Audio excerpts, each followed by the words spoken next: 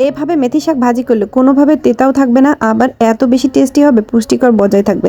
আসসালামু আলাইকুম প্রিয় দর্শক, অনেকেই মেথি শাক চেনেন না। দেখেন আমার হাতে 2 আটি মেথি শাক, আমি 30 টাকা দিয়ে 2 আটি মেথি শাক কিনে নিয়ে এসেছি। এখন এভাবে বেছে নিচ্ছি, নরম অংশ শুধু নিব আর সব ডাটা মাটা ফেলে দিব। এভাবে ভালোভাবে বেছে নিয়ে এখন আমি ভালো পরিষ্কার করে ধুয়ে নিব। এই মেথি শাক কিন্তু খুবই উপকারী এবং টেস্টি, স্বাস্থ্যগত খুবই ভালো একটা খাবার। তো চলুন, এখন আমি এই যে মেথি শাকগুলো ধুয়ে পানি ঝরিয়ে নিয়েছি। এখন একটা চপারের উপরে রেখে আমি কুচি কুচি করে কেটে নেব। কুচি কুচি করে কেটে নিলে শাকগুলো ভাজতেও সুবিধা হয় এবং খেতেও ভালো লাগে, দেখতেও সুন্দর লাগে।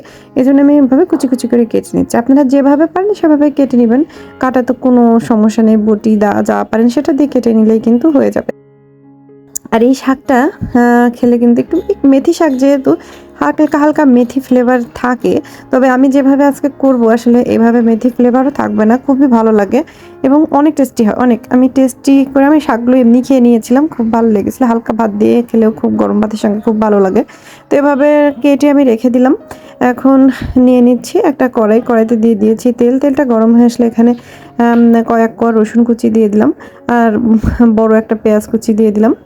এখন দিয়ে একটু নেড়ে চেড়ে নেব। নেড়ে চেড়ে নিচ্ছি ভালোভাবে, বেশি একটা নাড়বো না।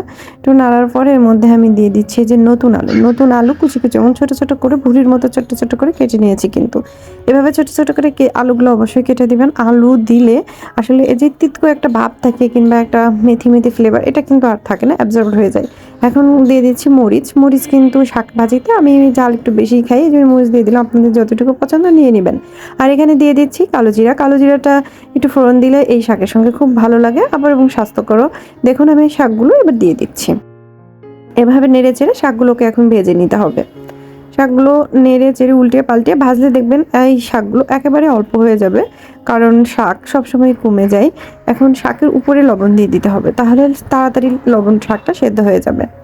এই যে শাক কিন্তু অনেকটা কমে এসেছে। এখন এভাবে নেড়ে চেড়ে, আমি কিন্তু কোনো পানি দিইনি, পানিটা হালকা করে পানি ওর মধ্যে থেকে বের হবে, সেটা এখন একটু ঢাকনা দিয়ে দিচ্ছি।